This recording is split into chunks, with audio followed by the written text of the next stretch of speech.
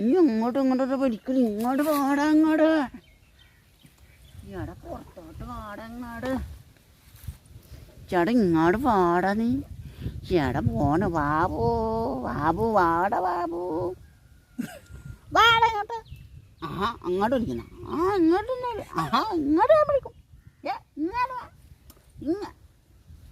ഇങ്ങോട്ട് ഇങ്ങോട്ട് ഇങ്ങോട്ട് വാ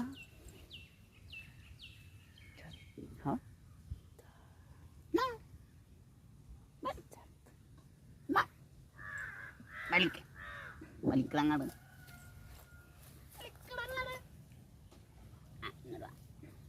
ആഹാ ഇങ്ങോട്ട് വിളിക്കണം ആ ഇങ്ങോട്ട് പോ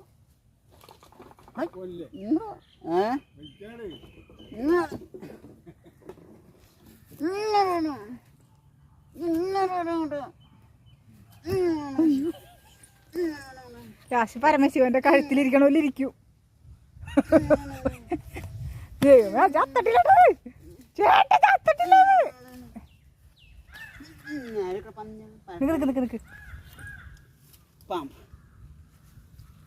തല കാണിക്കട്ടെ, തല കാണില്ല.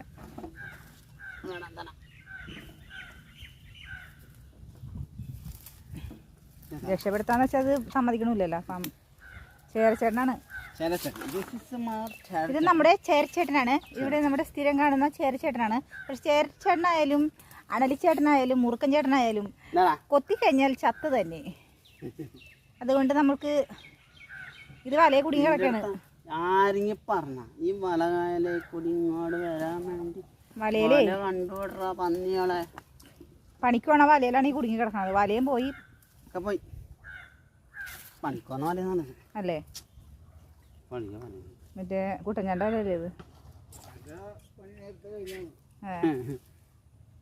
ചേട്ടാ അമർത്തി വരിക്കരുത് കേട്ടോ അങ്ങനെ. രക്ഷപ്പെടുത്തിട്ട് പോണെങ്കിൽ പോട്ടെ. ചേരനെ കൊണ്ട് വലിയ കുഴപ്പമൊന്നും ഇല്ലാത്തതാണ്. മൂർക്കനൊക്കെ ആണെങ്കിൽ പിന്നെ നമ്മ ബാബാ സുരേഷിനെ വിളിക്കേണ്ടതാണ്. അന്നൊക്കെ കയറി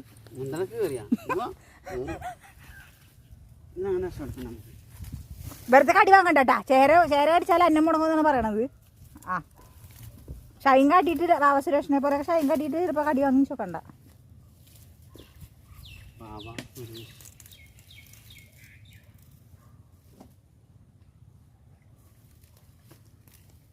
മിക്കവാറും ഞാൻ കൊത്തിട്ട് പോകുന്നത്.